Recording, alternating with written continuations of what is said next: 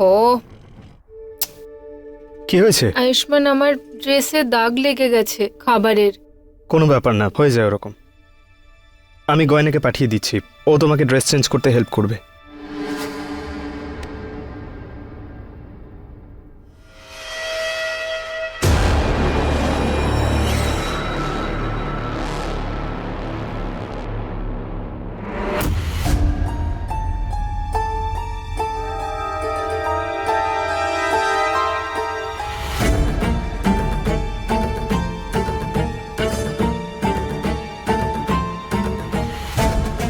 এবার বুঝতে পেরে যাব যে আলিয়া করছেটা কি। ও কি সত্যি অপারক নাকি অপারক হওয়ার নাটক করছে?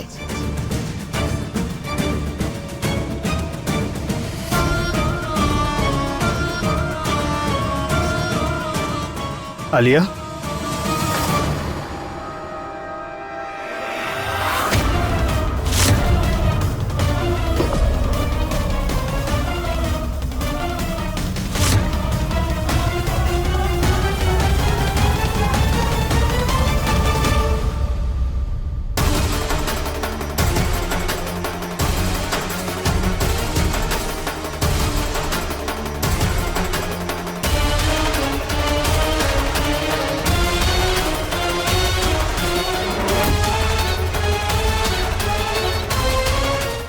আয়ুষ্মান, তুমি গয়নাকে ডাকতে গেছিলে না? হ্যাঁ, কিন্তু আমি আমার ফোনটা ভুলে গেছিলাম তোমার রুমে, সেটাই নিতে এসেছিলাম। চলো, ভালোই হয়েছে গয়নাকে ডেকে আনোনি তুমি। এখন এইটুকু ছোট ছোট কাজ তো আমিই করতে পারি, তাই না? জানি আমি হাঁটতে চলতে পারি না, কিন্তু অসহায় তো নই। আচ্ছা, শুধু একটা ছোট কাজ করে দাও, ওই কাবার্ডের থেকে একটা ফ্রেশ টাওয়েল দিয়ে দাও। ঠিক আছে, এক্ষুনি দিচ্ছি।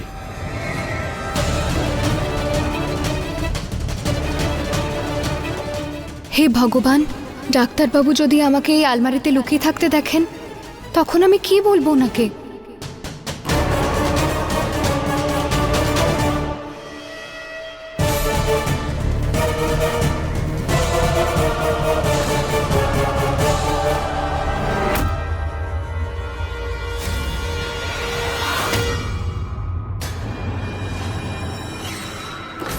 গয়না, তুমি নিজেকে খুব চালাক মনে করো, তাই না? তুমি কি মনে করছো এত সহজে আমার নাটকটা ধরে ফেলবে? তুমি কাবার্ডে লুকিয়ে বসে আছো না? এবার তোমার চালাকির জালেই তুমি জড়িয়ে পড়বে। আয়ুষ,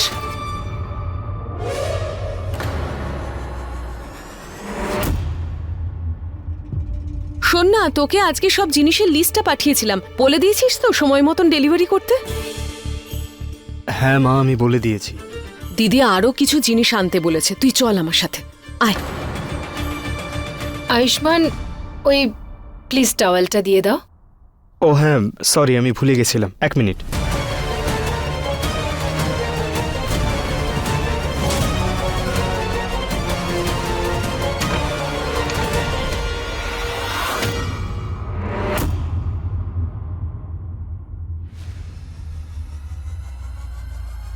তুমি?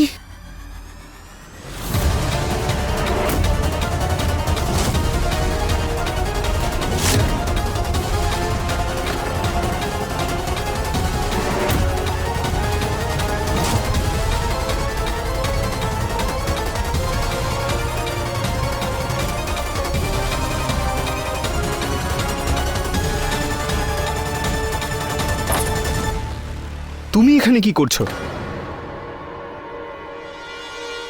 কি হচ্ছে এখানে? পিসিমা, এই গয়না আমার আলমারিতে লুকিয়েছিল। জানি না ও কি করছিল ওখানে, কি মতলব ছিল ওর। সবাই ঠিকই বলে, চোরকে তুমি যতই বোঝাও চোর চুরিই করবে। ও চুরি করতে গেছিল, আবার কি? কি চুরি? না না, আমি চুরি করতে কেন আসবো? আমি চুরি করিনি। আচ্ছা, কি করছিলে আলমারিতে? জামা কাপড় গুনছিলে? দেখো গয়না, প্রথমে তুমি কৃষ্ণ ঠাকুরের গয়না চুরি করলে, এবার তোমার এত সাহস হয়েছে যে আলিয়ার ঘরে ওর আলমারিতে ঢুকে পড়েছো চুরি করতে। বলো।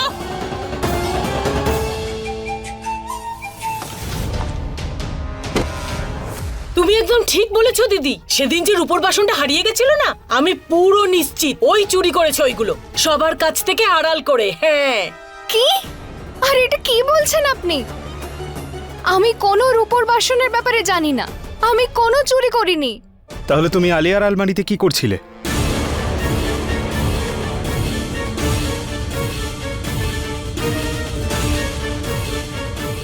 ঘটনাটা জলের মতো পরিষ্কার আয়ুষ, ওকে কেন জিজ্ঞেস করছিস? চোর আবার সত্যি কথা বলে কখনো? ও তো একটা চোর, ও মিথ্যে কথাই বলবে। আরও একবার তোমাকে জিজ্ঞেস করছি গয়না, উত্তর দাও। তুমি আলিয়ার আলমারিতে লুকিয়ে কি করছিলে? আমি ওর ওপর নজর রাখছিলাম।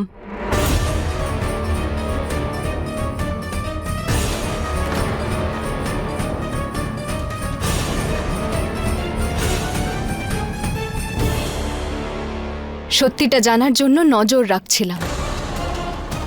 আমার এটা মনে হয় যে আলিয়া ম্যাডাম হাঁটতে পারেন। ও অপারক হওয়ার নাটক করছে।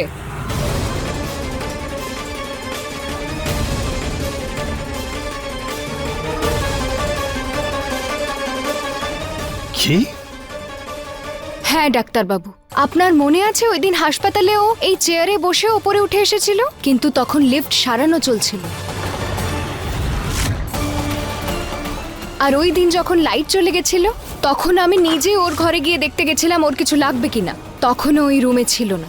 আর যখন লাইট চলে এলো, তখন ও মাটিতে পড়েছিল।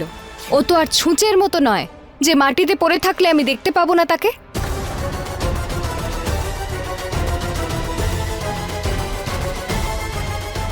আর তার থেকেও বড় কথা হলো, আমি আমার নিজের চোখে ওকে বাথরুমে দাঁড়িয়ে থাকতে দেখেছিলাম।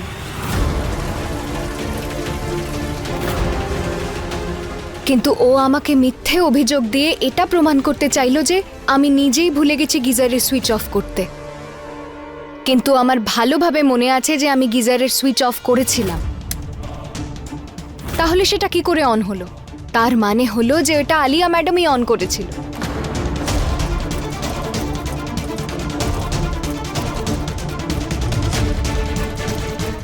আর এই সব কিছু থেকে এটাই প্রমাণ হয় ডাক্তারবাবু যে আলিয়া ম্যাডাম নিজের পায়ে হাঁটতে পারে। ও শুধু অপারক হওয়ার নাটক করছে।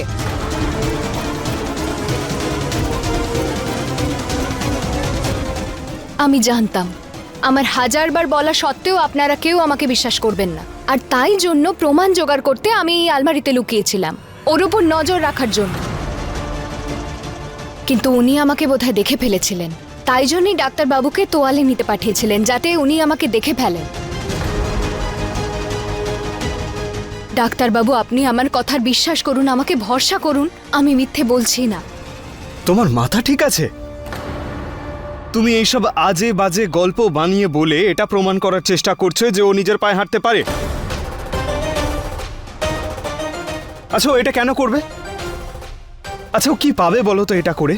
ডাক্তারবাবু, এই মুহূর্তে এর উত্তর আমার কাছে নেই, কিন্তু আমি এটা প্রমাণ করতে পারি যে ও মিথ্যে কথা বলছে।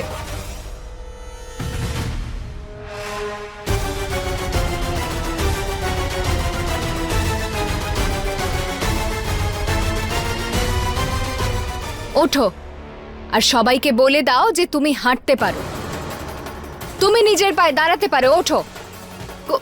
গয়না, আমি হাঁটতে পারি না। আরে কি করছে গয়না?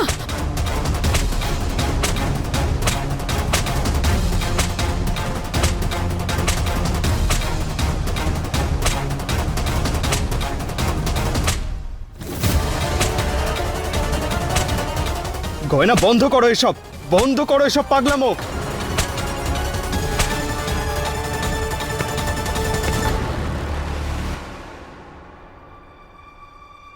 মাথা খারাপ হয়ে গেছে তোমার? ওকে আঘাত করে তুমি তোমার সত্যি প্রমাণ করতে চাইছো? ডাক্তারবাবু, আমার কাছে একটাই উপায় ছিল এটা প্রমাণ করার, ও মিথ্যে বলছে, কিন্তু আপনি কেন? অনেক হয়েছে।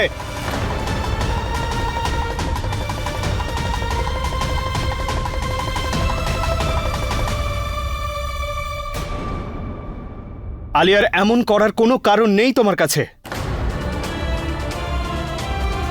কিন্তু আমি খুব ভালো করে জানি যে তুমি এইসব কেন করছো। তোমাকে এই বাড়িতে আলিয়ার খেয়াল রাখার জন্য রাখা হয়েছে,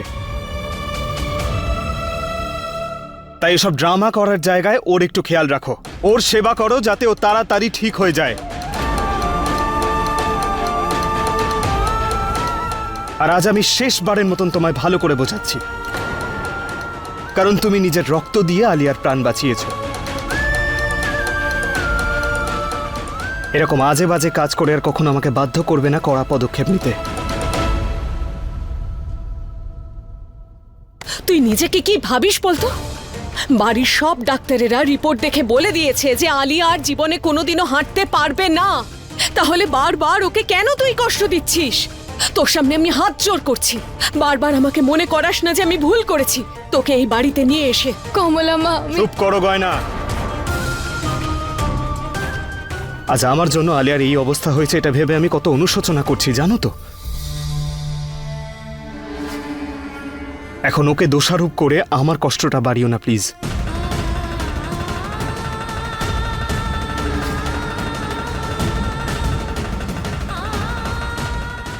ডাক্তার বাবু, আমার গয়না তুমি কি চাও বলো? আমি তোমার কি ক্ষতি করেছি? তুমি তোমার পিছনেই পড়ে থাকো। তুমি দেখছো তো আমি হুইল চেয়ারে বসে আছি।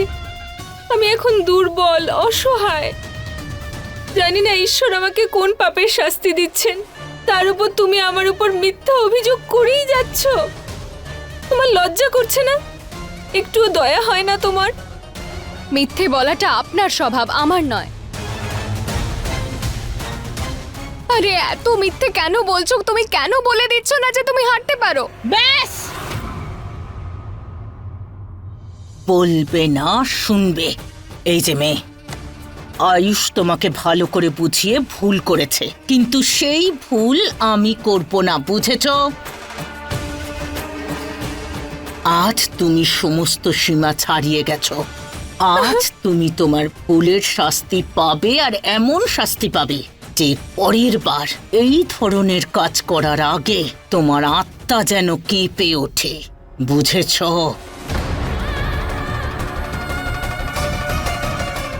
এই যে বড় বৌমা। হ্যাঁ দিদি। হ্যাঁ,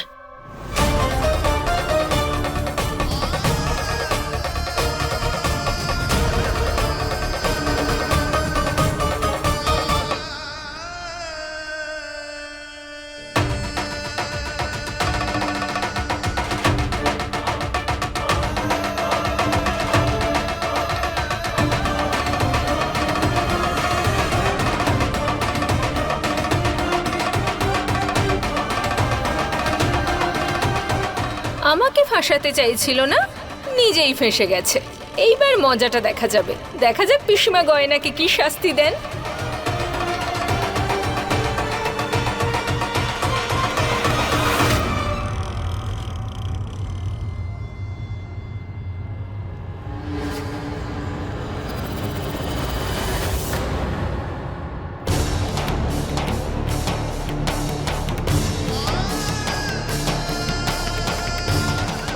খুব শখ না তোমার আমার পরিবারের হবু বৌমার বিকলাঙ্গ হওয়া নিয়ে প্রশ্ন করার?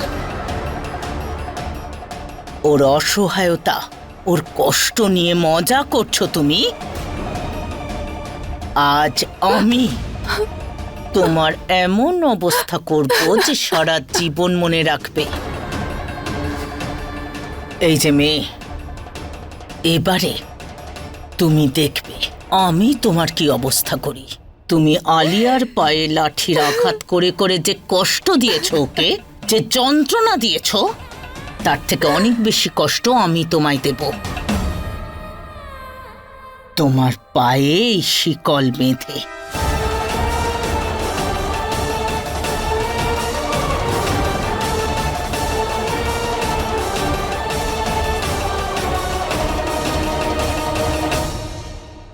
তখন তুমি বুঝবে যে বিকলাঙ্গ হলে কত কষ্ট হয়, অন্যের উপর নির্ভরশীল হলে কতটা কষ্ট হয়। নিজের পায়ে যদি হাঁটতে না পারো, দাঁড়াতে না পারো, তাহলে কত দুঃখ হয়। এখন থেকে তুমি এই বাড়ির সব কাজ পায়ে এই শিকল পরে করবে, আর আমি এই শিকলে তোমায় ততক্ষণ বেঁধে রাখবো যতক্ষণ আমি চাইবো।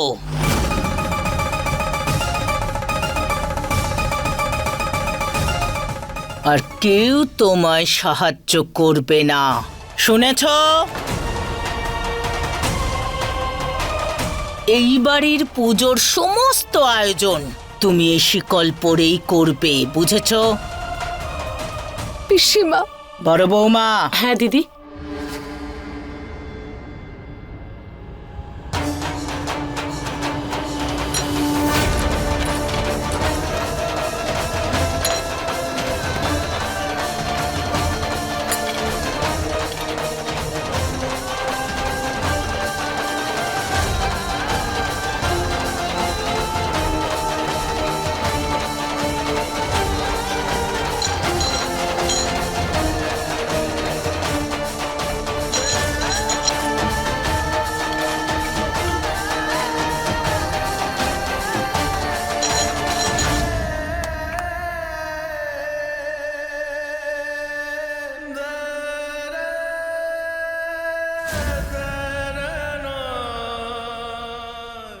আজ অবধি এই পায়ে শুধু গয়নাই ছিল।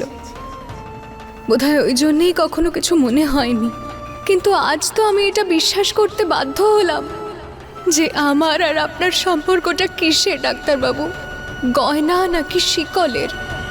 সবাই শোনো, যদি কারুর মনে ওর প্রতি একটু মায়া হয়, যদি কারোর মন একটু গলে যায় আর এই মেয়েটাকে সাহায্য করে, তাহলে মনে রাখবে তারও সেই পরিণতি হবে যা এই মেয়েটার হয়েছে, বুঝেছ সবাই?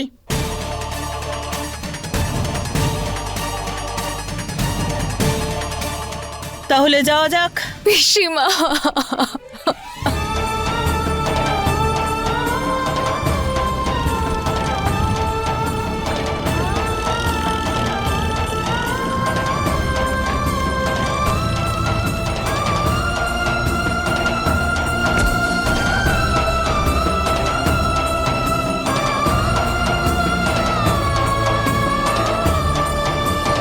আজ এই শিকলে আমার পা বাঁধা পড়েছে, কিন্তু আমার সাহস আর লক্ষ্যকেও বাঁধতে পারবে না আলিয়া। আমি হার মানব না। আমি জানি না তুমি এমন অপারক হওয়ার নাটক কেন করছো, কিন্তু তোমার এই নোংরা নাটকের জন্য ডাক্তারবাবু আজ পস্তাচ্ছেন। আমি তো তোমার এই মিথ্যেটা সবার সামনে নিয়ে আসবই, আর আমাকে জানতেই হবে যে তুমি এই নাটকটা কেন করে চলেছো। তুমি হাজার চেষ্টা করলেও জানতেই পারবে না যে আমি এই সমস্ত কেন করছি। আমি তোমাদের হওয়া জোর করে বিয়ের ব্যাপারে জানি, যে তোমার আর আয়ুষ্মানের জোর করে বিয়ে দেওয়া হয়েছিল, কিন্তু তোমাদের এই জোর করে বিয়ে আমি ভেঙেই ছাড়ব। তোমার এমন অবস্থা করে দেব যে আয়ুষ্মান নিজে তোমাকে ধাক্কা দিয়ে এই বাড়ি থেকে বের করে দেবে। তারপরে আয়ুষ্মান তোমার সামনে আমার গলায় মঙ্গলসূত্র পরাবে, তোমার সামনেই আমার সিঁথিতে সিঁদুর পরাবে, আর গোটা পৃথিবীর সামনে আমাকে স্ত্রী হিসাবে স্বীকার করে নেবে। আর যতদিন তুমি এই বাড়িতে আছো, তোমার পায়ে শেকলই পরানো থাকবে, আর আয়ুষ্মানের থেকে দূরে থাকবে তুমি। আলিয়া হবে এই বাড়ির বৌমা, আর গয়না হবে এই বাড়ির কাজের লোক।